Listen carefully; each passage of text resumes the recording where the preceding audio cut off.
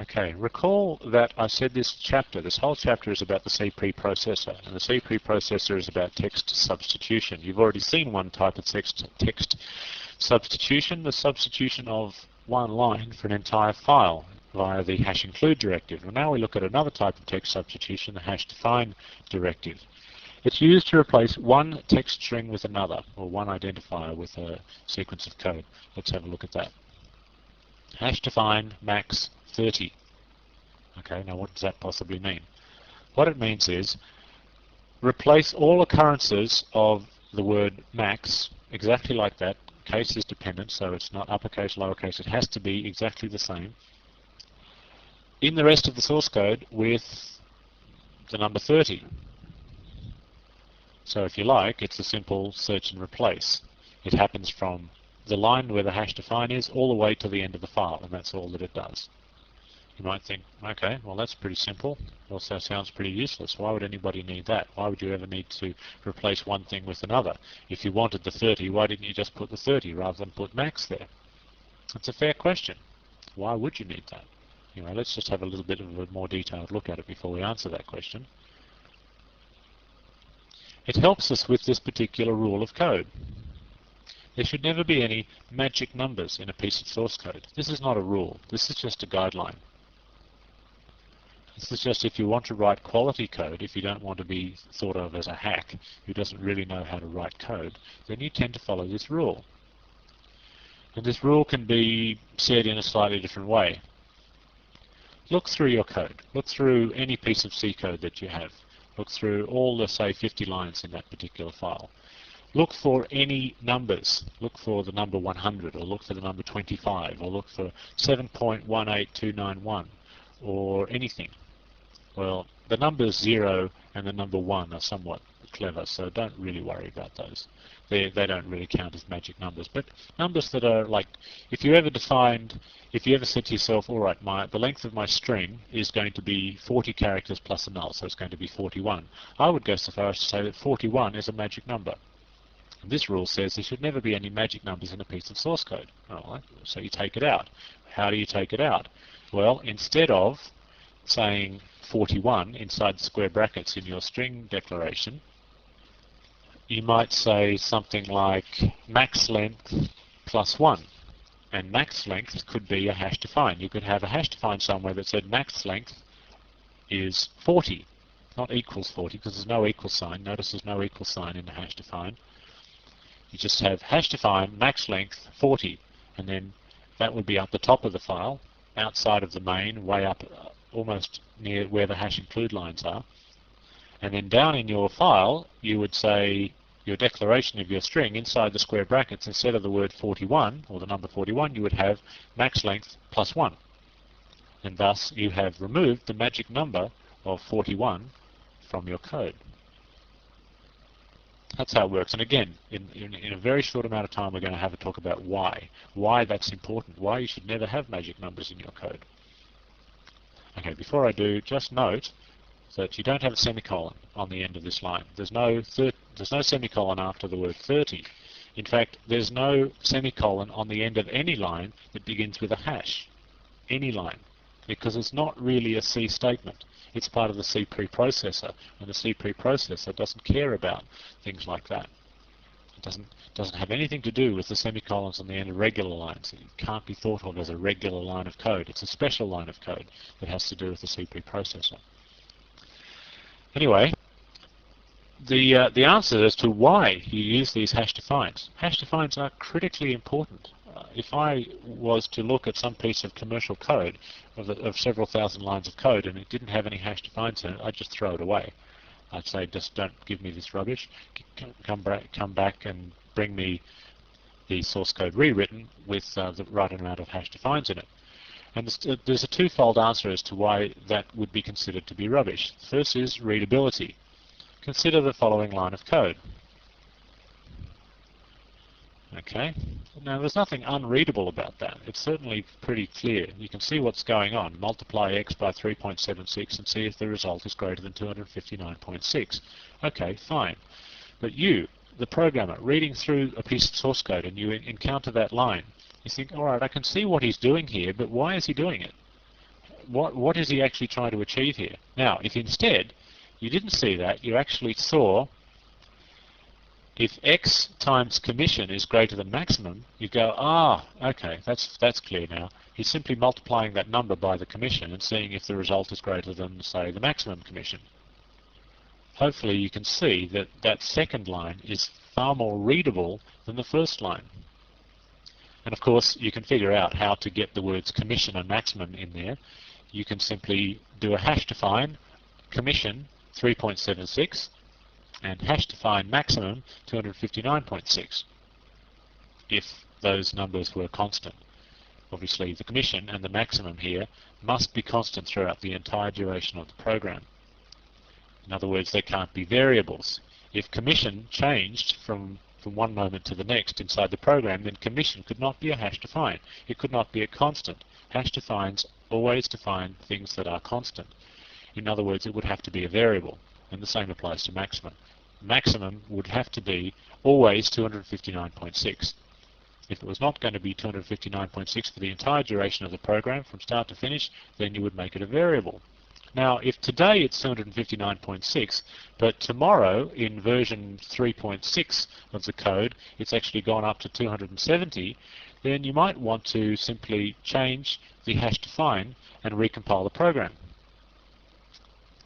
Think about that. If you recompile the program, then the word maximum will have a different value substituted for it. So can you see why hash defines, well, this is one of the reasons why hash defines are so important. If you've got two hash defines, one of commission to be 3.76 and one of maximum to be 259.6, what actually happens here is that as the preprocessor processes the .c file, it does essentially a search and replace. And commission, the word commission is replaced by 3.76, and the word maximum is replaced by 259.6. And then the compiler kicks in and actually compiles the file. That search and replace, that actual substitution, is only temporary. It's only like for the duration of the compilation. When you actually go and open up your file again, you'll find it still reads commission and maximum. It won't read 3.76 and 259.6. The second reason, probably an even more important reason than the readability reason, is maintainability. If one of these constants, if one of these hash defines changes, in other words, commission is now no longer 3.76, now it's 4.12, then what you don't have to do anymore is you don't have to go through your entire program searching for 3.76 and changing it to 4.12. You don't have to do that, because you will know that there's just going to be one definition of 3.76 right up the top of the program at where the hash defines are.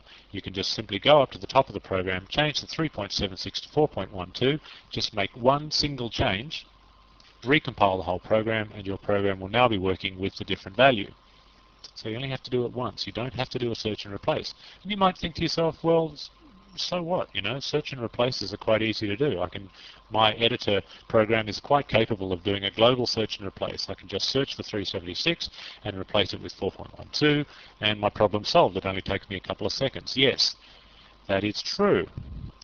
But what if you had another 3.76 in your program that had nothing to do with the commission? What if the 3.76 was the exchange rate for the day from Deutschmarks into dollars or something like that? And you inadvertently changed that from 3.76 to 4.12. You've actually broken your program then, because you didn't realize that there was a 3.76 in your program that didn't have anything to do with commission.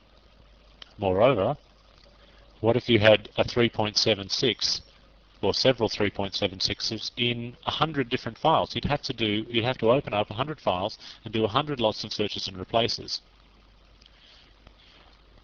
Now, of course, in this particular example, you wouldn't have a hash define of commission equals 3.76 up the top of each of those 100 files. You would take the hash define out of each of those 100 files. In fact, you wouldn't even put it in there in the first place. Where you would put it would be in a hash include file. You'd put it in a header file, and you'd simply include that header file in all those 100 files. Can you see how that will help you? You might have 3,000 different occurrences of 3.76 in your entire system.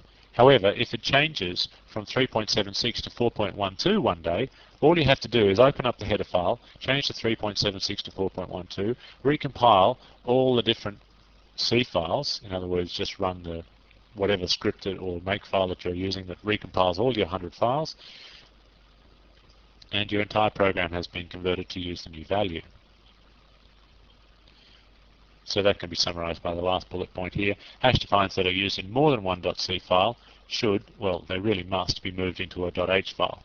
So if you find that you've got a 3.76 definition for commission in one file and you've got another hash define line exactly the same in a second .c file, then simply remove it from both files, remove it from both .c files and put it in a .h file.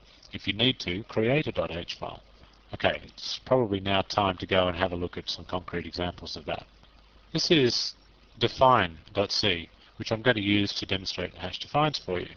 Now, if you recall, this is simply our program that prints out the grid of the 18 by 18 times table. Remember that? Okay. Now remember also, I just said to you a moment ago that we don't want to have any magic numbers in our file anywhere. Now, do we have some magic numbers? Yes, of course we do. Can you see them? Yes, we have 18. 18 is our magic number. Well, we also have a 0 and a 1, but I don't really care about those. As I said, 0s and 1s aren't really important. Obviously, we're going to start with 0, and obviously we're going to go up by 1 every time. Okay, so all I really care about is this 18. So what I'm going to do instead is I'm going to create a hash define that reads hash define grid size to be 18. Okay, that's going to essentially be how big our definition of our grid is. Now, before I go through and make all the modifications necessary, I want you to think about this in your head. If I said to you, okay, I don't want a program that does the 18 times tables now I want a program that does the 21 times tables, or say the 15 times tables, how many changes would you need to make? You had to go through and count them, didn't you? It's 1, 2, 3, 4, 5, 6. You had to make 6 changes. Now the point is, you have to think about how many changes you have to make, and then you have to make 6 changes. It's interesting. I want you to keep that in mind. I'm going to go through and make those 6 changes right now, but I'm not going to be changing 18 to 21 or 18 to 15. I'm going to be changing 18 to grid size, and we'll have a look at that. Okay, finished. So you can see what I've got now. Instead of the words 18, I had grid size, and grid size here, and here, and here, and here, and here. I think you'll agree that the program is slightly more readable, because in here you come along and go, okay, I'm looping up until I get to the size of the grid. That 18 was something of a mystical, magical number. You go, oh, I can see that you're looping 18 times, but I don't know why 18, and why should it be 18 and not 27 or 3000 or 1? Now it's quite clear why it happens to be 18, because that is the size of the grid. Okay, so it is slightly more readable, at least it is in my book. Furthermore, if I wanted to make this now a 15 times table, all I need to do is that. Recompile the program and it's done. 21 times tables. Okay, it's done. I need to change it once. I don't even need to think about how many times I need to change that throughout the code. I know that the answer is always once. Assuming that the code has been written properly and I don't have some stray little 18 sitting down here, which would be very naughty. Assuming that I don't have that, then I only ever need to change one line of code, no matter how big I want to make my grid. Let's put it back to 15 and see if it actually works. Okay, 15, compile, no errors, run, 15. So it goes to 15, it goes to 15 there. Let's make it 16, just to prove how quickly and how easily we can change this program now. Compile, and run, and now it goes to 16. I think everyone will have to agree it is now much, much easier to change the definition of our program. Okay, what I'm going to do now is I'm going to go back to the previous example, the include file example. Remember that one just a moment ago where I included string.h and stdio.h? Okay, I'll just bring that file up onto the screen. Now, are there any magic numbers in this program? Yes, there is. there's 1 just here. What does this 41 represent? Well, it represents that we can have a maximum length of a name of 40 characters, plus 1 for the null.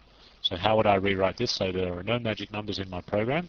I do this, hash define name size of 40, and then I would go change this to name size plus 1. And that's perfectly legal to do that, by the way. You can have name size plus 1 inside the square brackets, because this will always evaluate to 41. It has to. This is not a variable, this is a constant. Let's just check that that compiles. Yes, no errors, and I'm sure you can probably imagine that it's going to run exactly like it did before. Okay, now I want to take that one step further. Let's say I had a vast program that contained many .c files, let's say a dozen .c files, and they all needed to know that the maximum size that a name could be is 40 characters. So what I would probably want to do is I would probably want to create my own include file and take this definition out of this file and put it in the include file such that all of the .c files could then have access to this particular hash define. And this is how I might do it. Hash include, and I'm going to put it in this particular folder. It's not going to be a system-wide folder. I'm going to put it here, and I'm going to call it maximums.h. So I'll now go and create maximums.h. Okay, here's a nice sample maximum.h. In fact, it hasn't got anything in it whatsoever, but I'm going to put something in it. I'm going to take that line out of include2.c. I'm going to take this line right here, and I'm going to cut that from there, and I'm going to go back to here and paste it. Okay, fair enough. So that's going to be my entire maximums.h. And the other one is going to look like this. You can see that that is going to have the hash define definition in it that is needed here. So let's compile that. Okay, 0 errors. Excellent. Which means, of course, that it's working. It's getting that particular definition out of our header file. If we've got 0 errors, all we need to do here is check that it compiles. Of course it's going to run. It's going to run exactly the same way it did before. The fact that it compiles proves to us that this header file here must be functioning correctly. So that's about it for hash defines and include files. Let's move on now to the next module, which is called macros.